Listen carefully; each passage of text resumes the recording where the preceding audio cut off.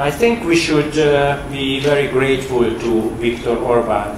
He made us a big favor recently when he brought our theme, illiberal democracy, populism, nationalism, majoritarianism and Euroscepticism, back to the European political agenda once again. His own initiative about the potential introduction of the death penalty, what he later called a public debate, as well as a manipulated national consultation that has linked migration and terrorism together, created a new wave of upheaval and protest in the European political arena. Just another example to illustrate how the rhetoric of the Hungarian ruling party has sharpened, the Speaker of the House, László Kövér, stated recently that the liberal part of Europe does not tolerate open debates. There is no more totalitarian ideology which lies more than liberalism, except its own brother, Bolshevism. We should be grateful to the Hungarian Prime Minister to remind the rest of Europe to the Hungarian frozen crisis. Before he started these two campaigns, it seemed to be that the Hungarian problem has lost its salience inside the European political space, especially after the supermajority of Fidesz evaporated in the Hungarian parliament following 3 defeats at by-elections. The regime has become much weaker and the political atmosphere has obviously changed in the country. It would be hard to introduce such fundamental changes anymore, which the ruling party pushed through during its previous 4 years in government, shocking the democratic community in Europe and the United States. Certainly, Viktor Orbán has not given up. For example, in the case of one of the biggest conflicts covered in details by the international media, the war between the Hungarian government and the Hungarian civil society still continues. There are good and bad NGOs according to the government.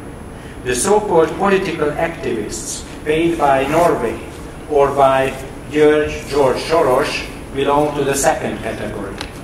Their sin is, as Veronika Mora, leader of Ökotárs Foundation, clearly elaborated, that they have a voice in public affairs and do not simply deal with traditional activities in local communities or with charity.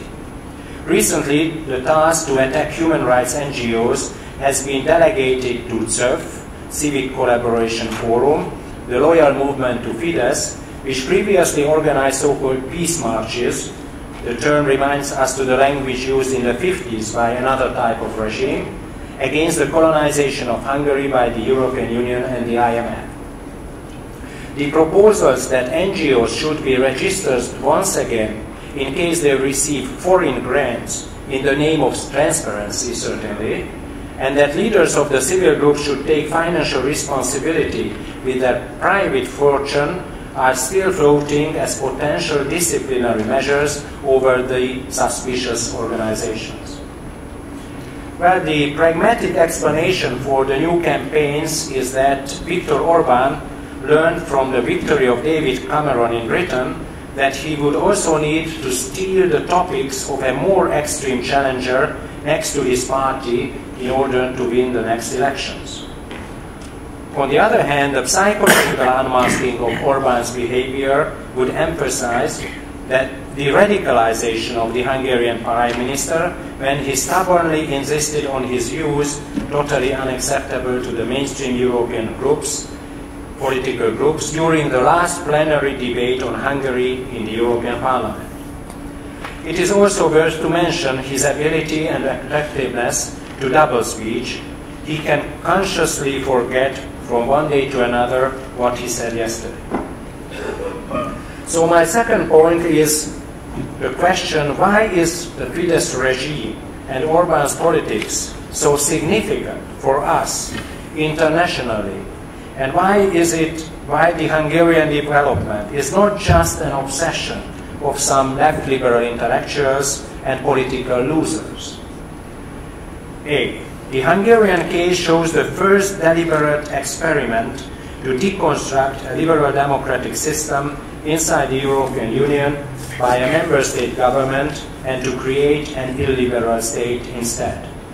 Compared to potential threats, challenges of populism, Euroscepticism and xenophobia to the status quo in many other EU member states, here we face a political agenda partly already implemented by a political entrepreneur who perceives and portrays the changes introduced by his party following a revolution at the ballots as a laboratory where a new political model is under construction in order to show a new pattern for the whole Europe.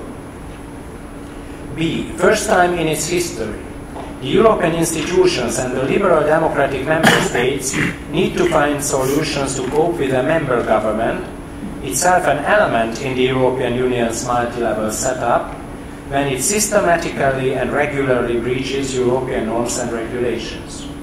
As history teaches us, democratic regimes have often been reluctant to react swiftly and strongly to emerging new internal and external risks. For the European Union, with its multi-layer institutional structure, historic inertia, leadership weaknesses, and current state of cohesiveness, it is especially difficult to find fast solutions to unprecedented constitutional, legal, and political problems. C. The genesis and evolution of Fidesz is an extraordinary and unique case. Born at the beginning of the regime change as an alternative liberal and radical youth movement, then in the early 90s, a member party of the Liberal International, making its first ideological shift towards a more conservative platform right after, joining the European People's Party around the turn of the century, where it still belongs to in spite of its openly radical fundamentalist political character. This process is important since Fidesz has not emerged as an extreme fringe party, which later successfully grasped a growing part of the electorate, which is the more classical story regarding populist parties, but moved from a mainstream liberal position towards the very right side of the political scale. So the outcome, Fidesz cannot be labeled as a pure populist party using ultra-conservative concepts just as a host ideology, but it is a right-wing populist party per se. D. Still, we do not know how to call the Orbán regime. Is it a non-ideological mafia state, as some people argue, or a mission-driven movement with an objective of a new state foundation? A hybrid illiberal system with a majoritarian view about democracy? Or a zombie authoritarianism, as Peter Prastav speaks about Putin's Russia? If we call it illiberal, is the regime still democratic? The national elections were held in a pluralist competition that was described by international observers as free but not fair, partly because the mass media were under control of the new party state. Or can we conclude that the dramatic fall of the popularity of the regime just recently, in half a year, after its big successes, and the ongoing open internal power struggles amongst the top cadres of the party, as well as the relative strength of the free portion of the media system, and the impact of street demonstrations on the government decisions, express the limits of Orbán's power and show the light at the end of the tunnel? Well, perhaps the Hungarian unique model is very close to be declared as a failed attempt to create an illiberal democracy inside the European Union. Now, finally, our project started, as you know, in Budapest at the end of April. There are some overlapping concerning our guests and especially our themes today. As you know, we are going to speak not exclusively about the deep crisis of liberal democratic politics in Hungary or the recent scandals around the Orbán government. We would like to grasp the bigger picture. By the end of the day, we are supposed to get closer to our objective to understand the different shapes of anti-liberal political tendencies better inside and outside the European Union, and to form an opinion how much they threaten our political world order. We will listen to alternative ideas how to answer the core question of our two workshops. What can the European Union do in case a member state regularly and systematically breaches European values and regulations? The part of the problem is, as Jan Werner Müller claims in his analysis elaborated for our project, that, I quote, there is, as of now, no clear legal or political actor charged with, so to speak, pushing the red button first in order to alarm others about a potential deterioration in democracy and the rule of law inside a member state. End of quote. And the other important dilemma we face is certainly the lack of any tested mechanism. Whether an early warning signal was sent to the European political players by the international media, civil society representatives, and the political opposition, or the European institutions have to deal with a negative development fait accompli.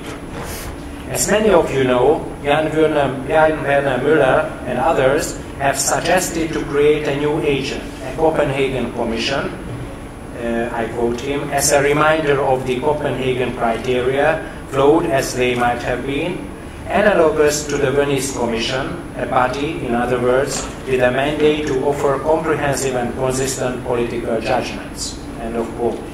This proposal, together with some others, has already become part of the recommendations in the Tavares report on the situation of fundamental rights in Hungary, which was approved by the majority of the European Parliament 2 years ago.